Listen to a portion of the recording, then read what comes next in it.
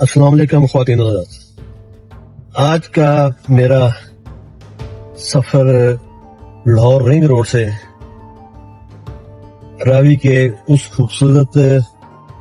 عمارت کی طرف ہے جو تاریخی اعتبار سے مغلوں نے سب سے پہلے لاہور میں تعمیر کی تھی۔ تاریخ کچھ اس طرح سے ہے کہ یہ تاریخی عمارت شہنشاہ بابر کے بیٹے کامران مرزا نے تعمیر کی تھی، اور یہ اب تک پرانی عمارتوں میں سے قائم اور باقی رہنے والی عمارت ہے۔ اسے کہتے ہیں کامران کی بارہ-دری۔ یہ راوی دریا کے درمیان ایک جزیرہ نما علاقے میں موجود ہے۔ کبھی یہ راوی کے اس پار ہوا کرتی تھی، لیکن جب راوی نے آہستہ آہستہ اپنا رخ بدلنا شروع کیا تو یہ عمارت ایک جزیرہ نما علاقے کے درمیان آ گئی اور آج کل یہ راوی کے درمیان واقع ہے۔ پچھلی صدی میں اس کی تعمیر و مرمت کر کے سیاحوں کے لیے دوبارہ پھر دلکشی کا باعث بنایا گیا ہے۔ تو آئیے آپ کو اس عمارت تک لے کر چلتے ہیں۔ تو سب سے پہلے آپ کو یہاں پر دریا میں دکھاتے ہیں کہ جو کشتیاں ہیں وہ کس طرح سے مسافروں کو اور اس علاقے کی سیر کرنے والے سیاحوں کو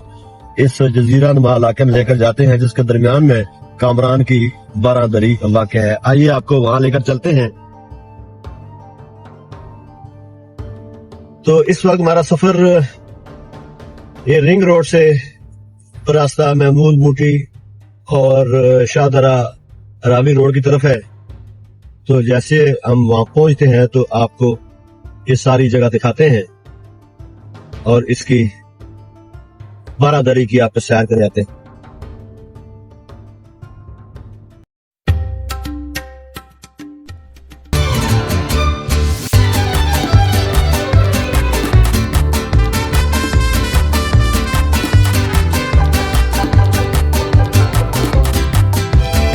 جی خواتین و حضرات، اب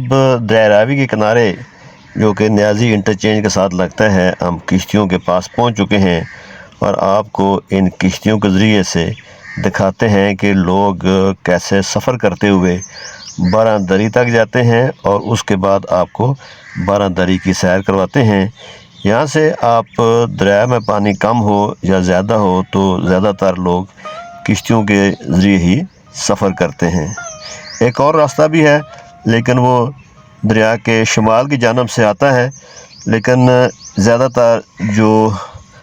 اچھا راستہ ہے یا سیر و تفریح کرنے والوں کو لطف اندوز ہونے کے لیے ہوتا ہے وہ دریا کا راستہ ہی ہے۔ دریا راوی کے درمیان میں اور بارہ-دری کے اطراف میں جو علاقہ ہے تقریباً ایک جنگل کی شکل اختیار کر چکا ہے۔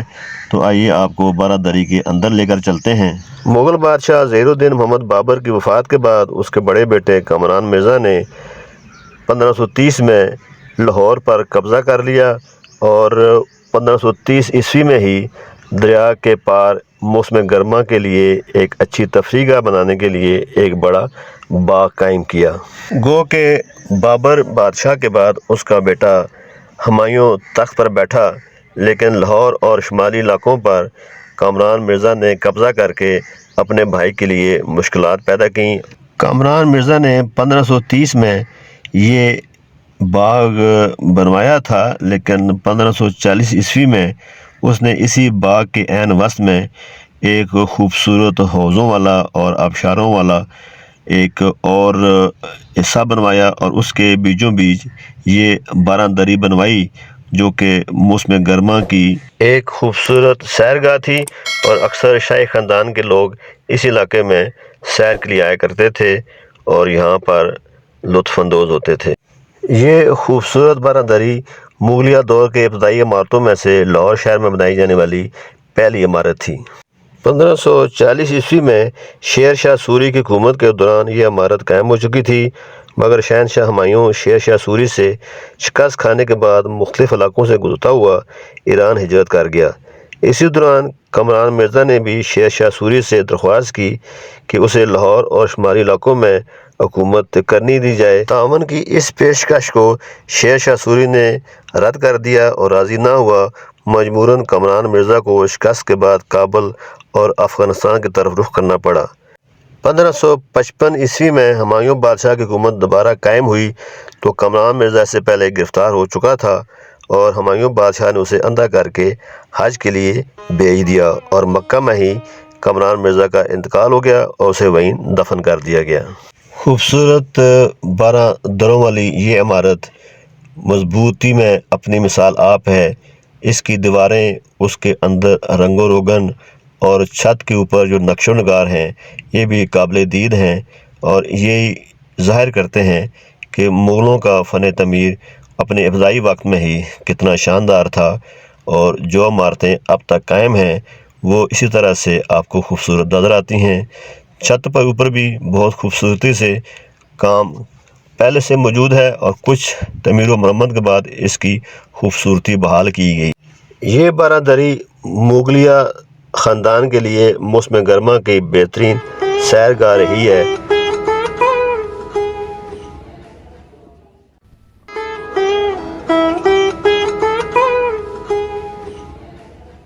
شہنشاہ جہانگیر کے دور حکومت میں جب اس کے بیٹے خسرو نے اس کے خلاف بغاوت کی تو اسے گرفتار کر کے اور زنجیروں میں جکڑ کر جہانگیر بادشاہ کے سامنے اسی 12 دری میں پیش کیا گیا اور شہنشاہ جہانگیر نے اپنے بیٹے کے باغی ساتھیوں کو سزائے موت کا حکم اور اپنے بیٹے کی آنکھیں نکالنے کا حکم صادر فرمایا اور اسی 12 دری اور باغ سے لاہور شاہی قلعے تک 300 افراد کو پھانسی پر لٹکایا اور انہی کی لاشوں کے درمیان سے خسرو کو گھسیٹ کر قلعے تک لایا گیا اور اس کی آنکھیں نکال کر گرفتار کرا دیا۔ جی ناظرین، اس وقت میں 12 دری کے چھت پر موجود ہوں اور آپ میرے سامنے دیکھ رہے ہیں کہ ایک یہ 400 سال پرانا جو درخت ہے ابھی بھی اس 12 دری کے سامنے موجود ہے۔ شہزادہ خسرو کے بارے میں کہا جاتا ہے کہ وہ ایک عرصے تک شاہی قلعے کے اندر ہی گرفتار رہا اور حالت اسیری میں ہی شاہی قلعے کے اندر انتقال کر گیا۔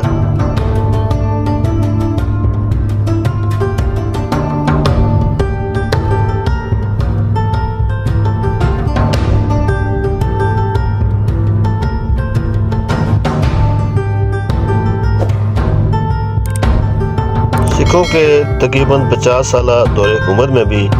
اس 12 دری کو مختلف مقاصد کے لیے استعمال کیا جاتا رہا۔ اس وقت راوی کا رخ تبدیل ہونے کی وجہ سے باغ تو کافی حد تک ختم ہو چکا تھا، لیکن یہ 12 دری 1849-50 تک دریائے راوی پار کرنے والے مسافروں سے ٹیکس کی وصولی کے لیے ایک جگہ بنی رہی۔ اس کے علاوہ یہ جگہ حکومتی عہدیداران کے لیے ایک رہائش گاہ بھی بنی رہی اور اس وقت تک یہ عمارت کافی حد تک ختم ہو چکی تھی۔ آج کل بھی اگر راوی میں پانی مناسب مقدار میں ہو تو اس 12 دری سے اس کا نظارہ کیا جا سکتا ہے اور لوگ اسی طرح جب پانی راوی میں خوب آ جاتا ہے تو 12 دری کی سیر کے لیے بھی نکل آتے ہیں۔ 1850 کے بعد انگریز سرکار کی حکومت کے دوران بھی اس باغ کے ریکوری پر کوئی توجہ نہ دی گئی، البتہ 1999-90 میں حکومت پاکستان نے لوگوں کی دلچسپی دیکھتے ہوئے اس 12 دری کی مرمت اور بحالی کا کام کروڑوں روپے کی لاگت سے شروع کیا۔ اس وقت تک یہ 12 دری راوی کے درمیان ایک جزیرہ نما علاقے میں تبدیل ہو چکی تھی،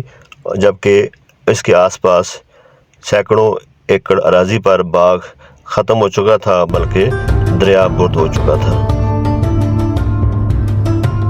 اس 12 دری کی بحالی اور اس کے آس پاس موجود تالاب اور مختلف جو پارک آپ کو نظر آتے ہیں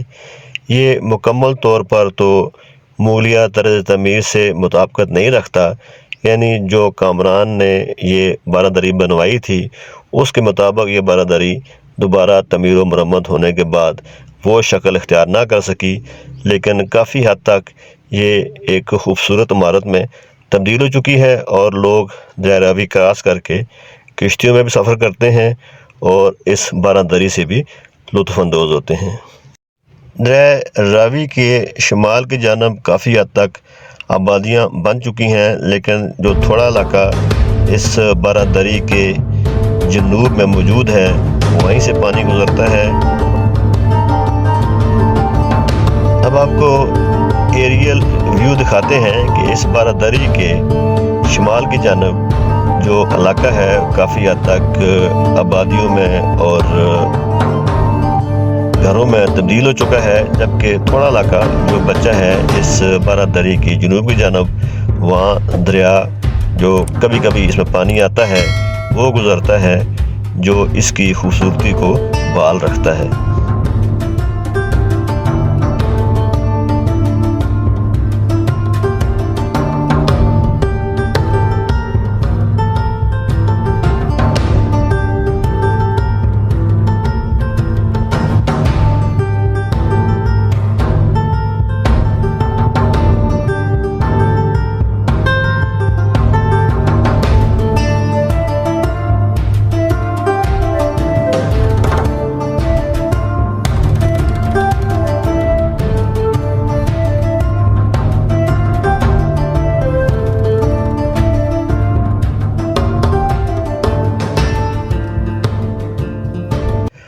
اب خواتین حضرات، اسی بارہ دری کے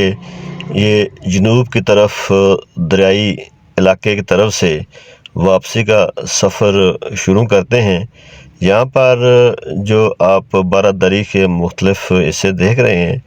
یہ تالاب بھی ہیں اور اس کے ساتھ ساتھ چھوٹے فوارے بھی نصب ہیں۔ درمیان میں جو تختے یا پارک نما علاقہ بنایا گیا ہے، لوگ جو یہاں سیر و تفریح کے لیے آتے ہیں بیٹھتے ہیں اور یہاں پر اپنا وقت گزارتے ہیں۔ اکثر لوگ اپنے دن کا کھانا بھی یہیں کھاتے ہیں اور یہاں بیٹھتے ہیں،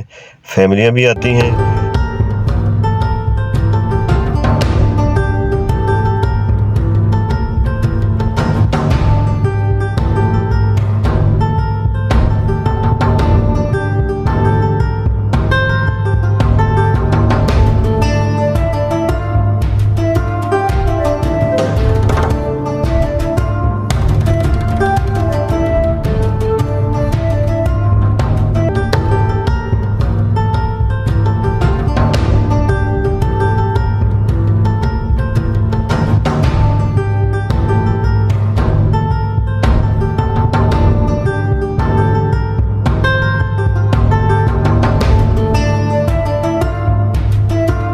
بارہ دری سے واپسی پر بھی آپ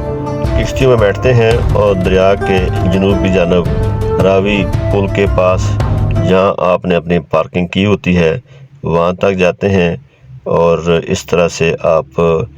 بارہ دری کی سیر سے لطف اندوز ہوتے ہیں۔